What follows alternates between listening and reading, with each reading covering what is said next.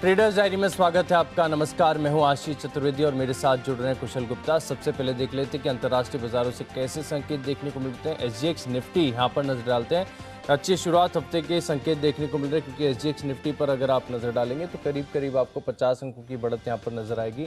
अच्छी खरीदारी का ट्रेंड देखने को मिल रहा है एसजीएक्स निफ्टी में। और शुक्रवार के सत्र में अगर आप देखें तो जो अमेरिकन बाजार है वहां पर भी जो संकेत हैं बढ़िया देखने को मिल रहा है। खासतौर पर अमेरिकन मार्केट्स में जो टेक्नोलॉजी की शेयर्स हैं वहां पर थोड़े दिन पहले दबाव देखा गया था, अब वहां पर निचले स्तरों से तेज और बढ़िया रिबाउंड देखने को मिल रहा है। यानी ग्लोबली अगर आप देखें तो अमेरिकन मार्केट्स, एसजीएक्स निफ्टी देखिए, डाउ जोन्स, नैस्डैक, यहाँ से जो संकेत हैं खरीदारी के देखने को मिलते हैं। विस्तार से समझते हैं कुशल से। कुशल, कैसे देखने संकेतों को आप?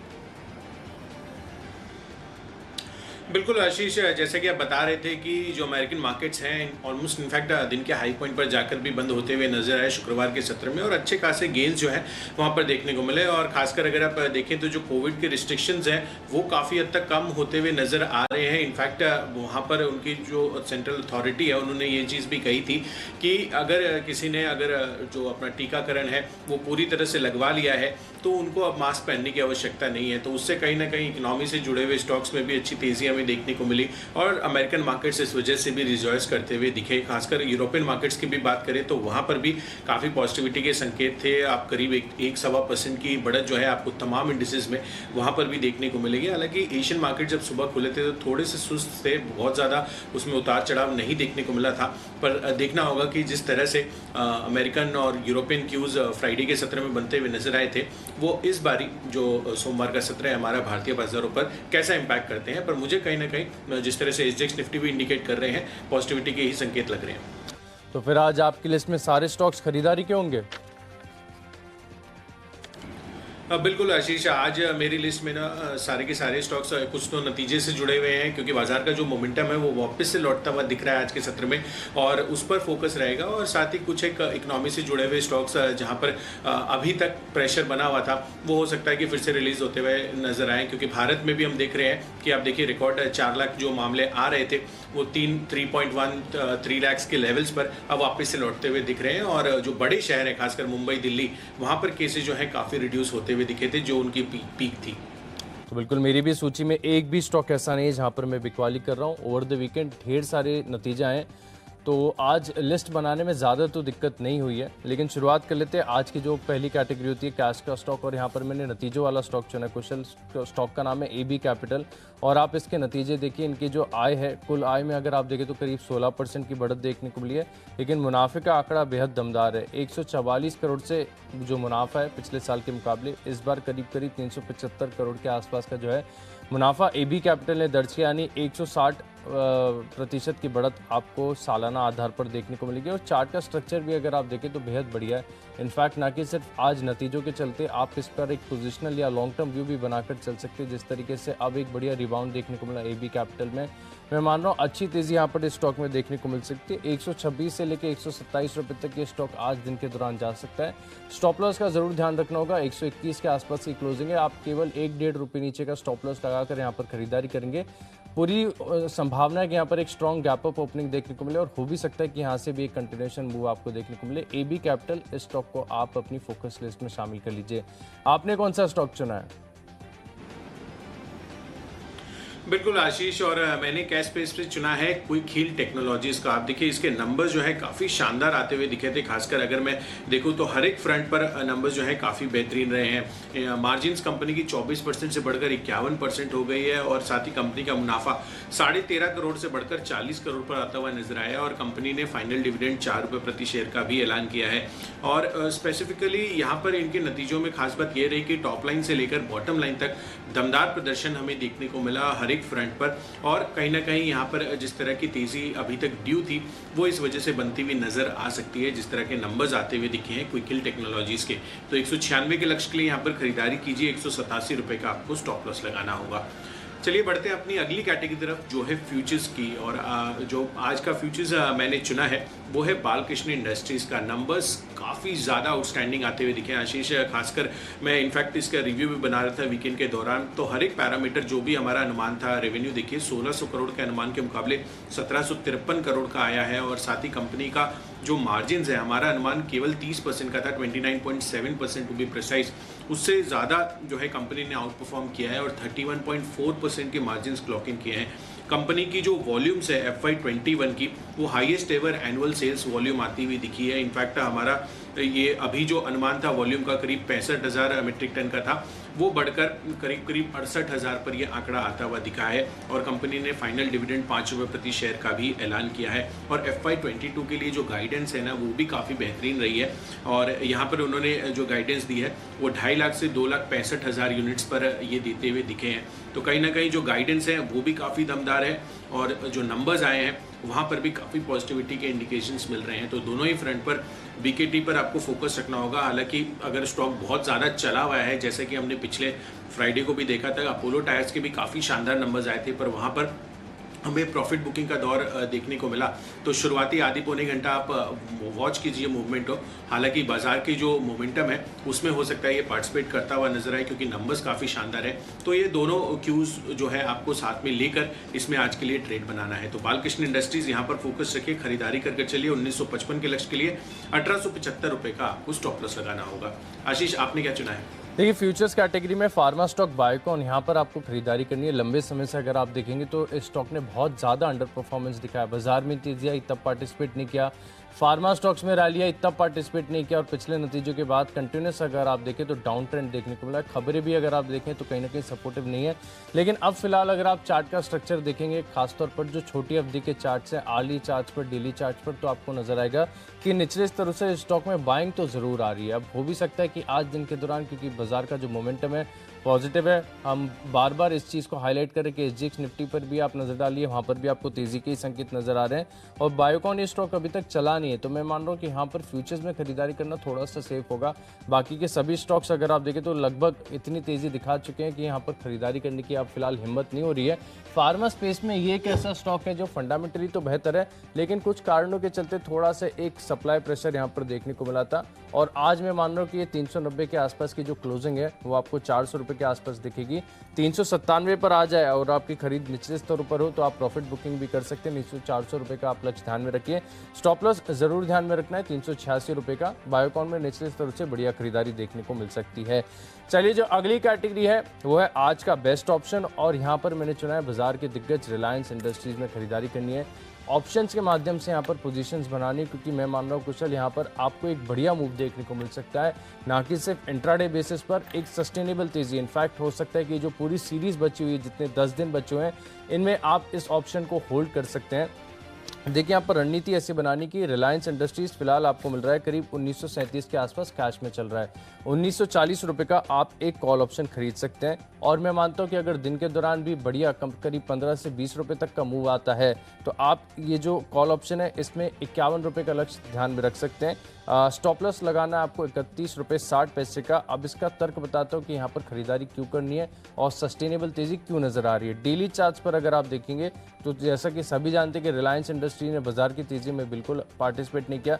इनफैक्ट ऊपरी स्तर से अगर आप देखेंगे तो स्टॉक में गिरावट जरूर देखने को मिली थी। स्टॉक ने करीब 2200 रुपये तक का हाई बनाया था, वहाँ से कंटिन्यूस एक डाउन ट्रेंड आया, और फिलहाल अगर आप देखें तो स्टॉक ने बहुत ही नैरो रेंज बना ली है, जो कि रिलायंस के लिए जो है ना बहुत ही रेयर चीज़ है। रिलायंस नैरो रेंज में कभी ट्रेड नहीं करता, लेकिन पिछले 4-5 दिनों का अगर आप ट्रेडिंग स्ट्रक्चर देखेंगे, कैंडल्स देखेंगे, तो आपको बहुत ही छोटी और नैरो ट्रेड जो कैंडल्स हैं वो नजर आएगी। स्ट्रक्चर की बात करें तो ऑलमोस्ट एक डबल बॉटम फॉर्मेशन हो चुका है। अगर आज यहाँ से तेजी आती है तो एक ब्रेकआउट हो जाएगा और इस डबल बॉटम जो स्ट्रक्चर है इसका भी एक कंफर्मेशन देखने को मिलेगा।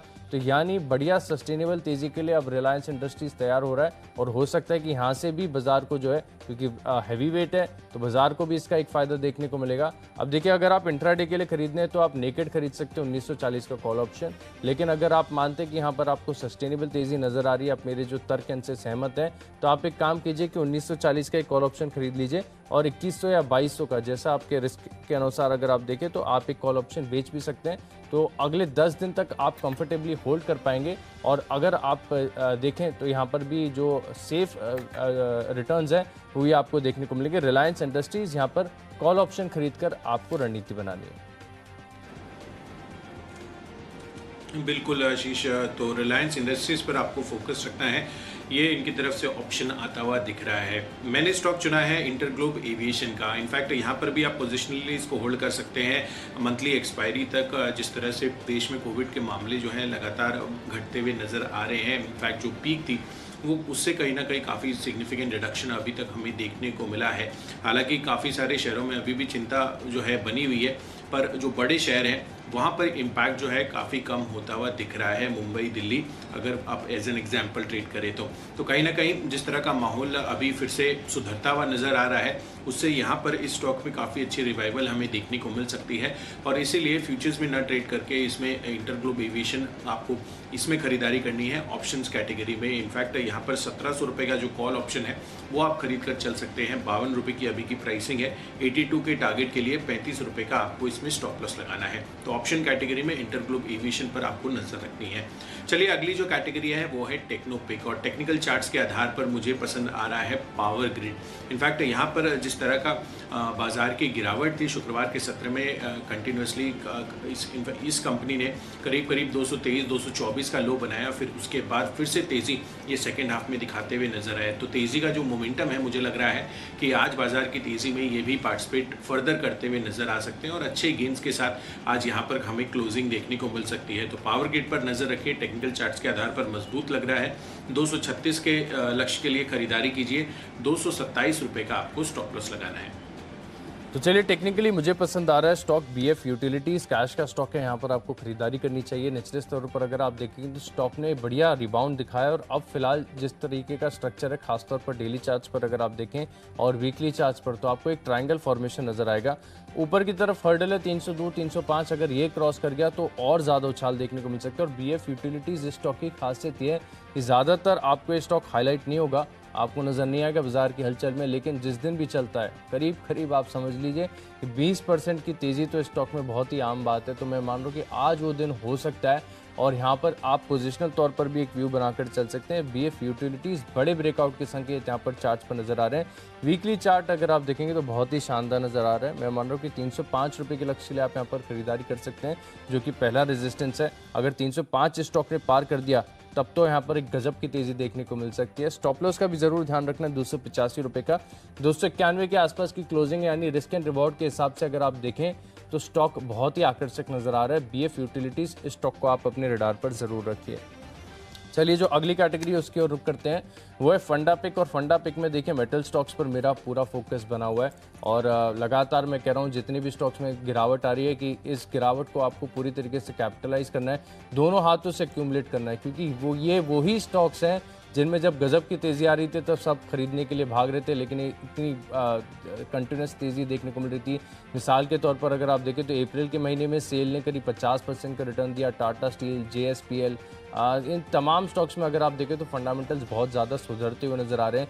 काफ़ी लोग इस बात को एक हाईलाइट कर रहे हैं कि कंटिन्यूस एक अप ट्रेंड देखा गया कीमतों में, जो कि सस्टेनेबल नहीं है और यहाँ से आपको गिरावट देखने को मिलेगी। देखिए गिरावट नहीं, करेक्शन होगा और करेक्शन होता है और इस स्तर के आसपास भी अगर प्राइसेस मेंटेन करते हैं तो इनके जो फंडामेंटल्स है, फाइनेंशियल्स है, आगे जाकर काफ़ी सुधरते हुए नजर आएंगे। क्योंकि आप पिछला ट्रेंड देखिए, क्योंकि 2018 के बाद से कंटिन्यूस ट्रेड वॉर की चिंताएं थी, ग्लोबल स्लो डाउन था, तो कीमतें बिल्कुल बढ़ी नहीं थी, मेटल की मांग को लेकर भी कंसर्न्स थे। अब धीरे धीरे देशों में जो है इकोनॉमी जो है ओपन अप हो रही है, इंफ्रास्ट्रक्चर के काम आगे बढ़ते हुए नजर आ रहे हैं। भारत में अगर आप देखें तो फ्लैटनिंग ऑफ द कर्व, जिसकी काफ़ी लंबे समय से प्रतीक्षा की जा रही थी, वो भी अब कहीं ना कहीं होते हुए नजर आ रहा है। पूरे फंडामेंटल सपोर्टिव है और इस पुल बैक को आपको पूरी तरीके से यूटिलाइज करना चाहिए। हर गिरावट में खरीदारी कीजिए। NMDC वीकली चार्ट पर अगर आप देखेंगे तो लगभग अब सपोर्ट के आसपास आ चुका है, लेकिन जिस प्रकार के मैग्नीट्यूड का यहाँ पर ब्रेकआउट देखने को मिला है, इस स्टॉक के अंदर बढ़िया पोटेंशियल है, अच्छी तेजी यहाँ पर देखने को मिल सकती है और करीब यहाँ पर 284 रुपये का लक्ष्य ध्यान में रखते हो आप इस स्टॉक को एक्यूमुलेट कर सकते हैं। हर गिरावट में खरीदारी कीजिए। करीब 12 से 18 महीने का आपको इस स्टॉक को समय देना होगा। कुशल, आपने कौन से स्टॉक चुने हैं? आशीष, फंडामेंटली मुझे मदरसन सूमी अच्छा लग रहा है। आप देखिए यहाँ पर इसको चुनने का कारण ये है कि जो रामकृष्ण फोर्जिंग्स हैं, इसकी pair company, in fact although scale जो है काफ़ी डिफरेंट है दोनों कंपनियों का, पर कहीं ना कहीं जिस तरह के नंबर्स यहाँ पर आते हुए दिखे हैं, काफ़ी दमदार इंडिकेशंस हैं मदरसन सूमी के आने वाले नंबर्स के लिए भी। तो आप इसके जो जब भी नंबर्स आएंगे उस दिन तक इसको होल्ड करके रख सकते हैं। अभी तो मैंने मिसाल के तौर पर 1 महीने की अवधि ली है, पर जैसे कि हम जानते हैं कि जून तक एक्सटेंशन मिल चुका है अपने नंबर्स डिक्लेयर करने का कंपनियों को, जिस तरह से कोविड का माहौल बना हुआ था। तो उसको ध्यान में रखते हुए मदरसन सूमी अगले 1 महीने में आपको 253 रुपए के टारगेट जो है ये दिखाते हुए नजर आ सकते हैं। नतीजों की जहाँ तक बात है, रामकृष्ण फोर्जिंग्स के दोनों तिमाही आधार पर और जो सालाना आधार पर कंपनी ने दमदार प्रदर्शन किया है। इनफैक्ट यहाँ पर 8 करोड़ के घाटे के मुकाबले 34 करोड़ का मुनाफा कंपनी ने दर्ज किया है। साथ ही कंपनी की मार्जिन सालाना आधार पर तो 15% से बढ़कर 20.5% पर आती हुई नजर आई है। तो ऑपरेशनल फ्रंट पे और घाटे से मुनाफे में आती हुई दिख रही है कंपनी। तो ये काफ़ी पॉजिटिव क्यूज मदरसन सूमी के लिए भी बनते हुए नजर आ सकते हैं। तो यहाँ पर आपको खरीदारी करके चलनी है 253 के लक्ष्य के लिए। तो फंडामेंटली मुझे ये स्टॉक पसंद आ रहा है मदरसन सूमी। पर अगली जो कैटेगरी है वो है इन्वेस्टमेंट पिक, और इन्वेस्टमेंट पिक के लिहाज से मैंने स्टॉक चुना है इंडियन होटल्स का। तो जैसे कि आशीष भी आपको बता रहे थे कि जो फ्लैटनिंग ऑफ द कर्व की हम बात कर रहे थे, वो अब कहीं ना कहीं हमें दिखता हुआ नजर आ रहा है। जिस तरह से जो peak case number of cases आते हुए दिखे थे भारत में, वो अब फिर से रिडक्शन की तरफ जो है अग्रसर हो रहे हैं। और मुझे लग रहा है कि यहाँ पर इस वजह से कहीं ना कहीं आपको इस स्टॉक में काफ़ी अच्छी पॉजिटिविटी देखने को मिल सकती है। इनकी सेल्स रिवाइवल जो है आगे आने वाले समय में हमें आती हुई दिख सकती है। तो यहाँ पर आपको जो होल्डिंग पीरियड रखना होगा करीब 6 महीने का होगा, और उसको ध्यान में रखते हुए आपको 132-133 रुपये के टारगेट जो है ईजिली अचीव होते हुए दिख सकते हैं। इनफैक्ट बाजार का जो रिबाउंड है उसमें अगर और फर्दर इन्वेस्टर्स और ट्रेडर्स पार्टिसिपेट करते हुए नजर आ सकते हैं तो इस लेवल्स को भी ये ब्रीच करते हुए दिख सकते हैं। तो इंडियन होटल्स पर फोकस रखिए। 132 के लक्ष्य के लिए 6 महीने का होल्डिंग पीरियड आपको इस स्टॉक के लिए बनाना है। आशीष, आपने क्या चुना है?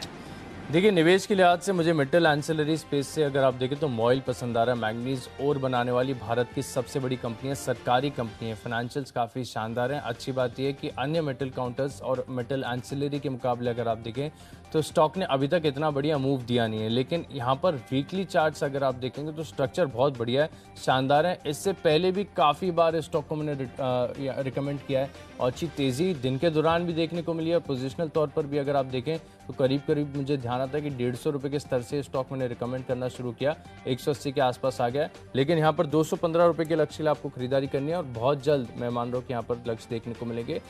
खरीदारी करनी है मॉइल में। आशीष, मदरसन सूमी बताते टाइम मैंने आपको रामकृष्ण फोर्जिंग्स के बारे में बताया था, और जो दमदार नतीजे आए हैं उसको देखते हुए आपको इस स्टॉक में खरीदारी करके चलनी है। मैंने आपको नतीजे ऑलरेडी बता दिए हैं तो उस पर समय जो है व्यस्त नहीं करूंगा।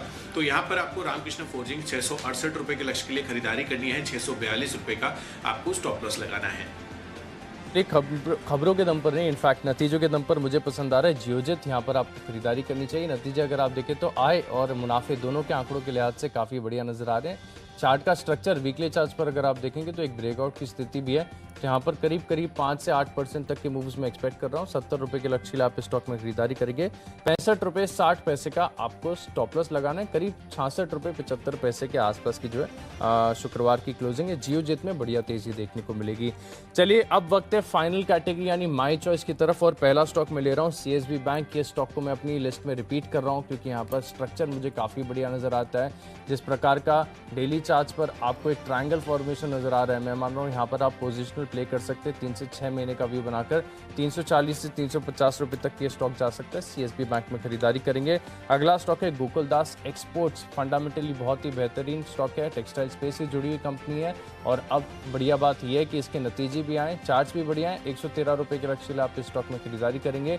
102 रुपये का स्टॉप लॉस लगाना है। आखिरी स्टॉक है मेरी लिस्ट में एसकेएफ इंडिया, लेकिन ये स्टॉक अगर आपको ज़्यादा गैप अप ओपनिंग दे क्योंकि ज़्यादा लिक्विड नहीं है, थोड़ा महंगा स्टॉक है, तो छोड़ दीजिए। एक्शनेबल आइडियाज़ आपके पास ढेर सारे हैं। 2400 रुपये यानी करीब 3 से 3.5% तक के मूव्स में एक्सपेक्ट कर रहा हूँ। इसी स्तर पर ओपनिंग देखे तो छोड़ दीजिएगा स्टॉक को। करीब करीब 2297 रुपये का आपको स्टॉप लॉस लगाना है। कुशल, आपने कौन से स्टॉक चुने हैं?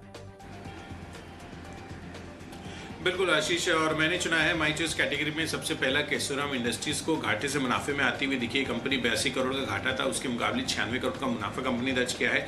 साथ ही कंपनी की मार्जिन में भी दमदार उछाल देखने को मिला है। ऑलमोस्ट 12% के गेंस जो हैं इसके मार्जिन में भी आते हुए नजर आए हैं। तो हर एक फ्रंट पर दमदार नंबर्स हैं। केशोराम इंडस्ट्रीज 77 रुपये के लक्ष्य के लिए खरीदारी कीजिए, 74 का आपको स्टॉप लॉस लगाना होगा।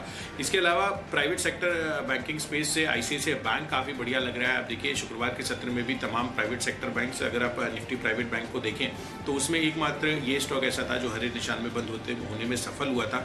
और मुझे लग रहा है कि आज यहाँ पर अच्छा मोमेंटम बन सकता है। तो 615 के लक्ष्य के लिए खरीदारी कीजिए, 590 का स्टॉप लॉस लगाइए। और आखिरी कॉल है ONGC का। ऑयल प्रोड्यूसिंग कंपनी आज दोबारा फोकस में आ सकती है। जिस तरह से ब्रेंट में हमें उछाल देखने को मिला है ऑलमोस्ट 2.5-3% की तेजी के साथ, उसको ध्यान में रखते हुए यहाँ पर भी खरीदारी करके चल सकते हैं। 116 के लक्ष्य के लिए 111 रुपये का आपको इसमें भी स्टॉप लॉस लगाना है। तो चलिए 20 स्टॉक्स की जो लिस्ट है वो तो तैयार होगी, लेकिन अगर आपने कोई भी स्टॉक या कोई भी लेवल मिस कर दिया तो जल्दी से रिकैप देख लीजिए। कैश का स्टॉक मैंने चुना AB कैपिटल, नतीजे शानदार हैं। 126 रुपये के लक्ष्य के लिए आप इस स्टॉक में खरीदारी कर सकते हैं। बायोकॉन में निचले स्तरों से बाइंग आएगी, 400 रुपये के लक्ष्य के लिए खरीदारी करेंगे। Reliance industries double bottom formation हो चुका है, सस्टेनेबल तेजी नजर आ रही है, इसके लिए कॉल ऑप्शन खरीदकर आप यहाँ पर तेजी की पोजीशन बनाएंगे। टेक्निकली BF यूटिलिटीज शानदार नजर आ रहा है। फंडामेंटली NMDC अभी भी बहुत बढ़िया लग रहा है, 284 रुपये के लक्ष्य के लिए खरीदारी करेंगे। निवेश के लिए आज से खरीदना है मॉइल। जियोजेट के भी नतीजे बढ़िया हैं। CSB बैंक ट्रायंगल फॉर्मेशन है, 340 रुपये का लक्ष्य होगा। गोकुलदास एक्सपोर्ट और SKF इंडिया यहाँ पर भी नतीजे बढ़िया देखने को मिल रहे हैं, खरीदारी करेंगे। इन 10 स्टॉक्स में मेरा कन्विक्शन सबसे ज्यादा है टेक्नोपिक BF यूटिलिटीज पर। वीकली चार्ट पर अगर आप देखेंगे तो बड़े मैग्नीट्यूड के ब्रेकआउट के संकेत नजर आ रहे हैं। 305 रुपये के लक्ष्य के लिए आप इस स्टॉक में खरीदारी करेंगे। चलिए, दमदार नतीजों के आधार पर क्विक हिल टेक्नोलॉजीज और बालकृष्ण इंडस्ट्रीज, इन दोनों पर आपको खरीदारी करने की राय है। इसके अलावा इंटरग्लोब एविएशन आज के सत्र में अच्छा परफॉर्म कर सकता है। टेक्निकल स्ट्रक्चर पर पावर ग्रिड बेहतर लग रहा है।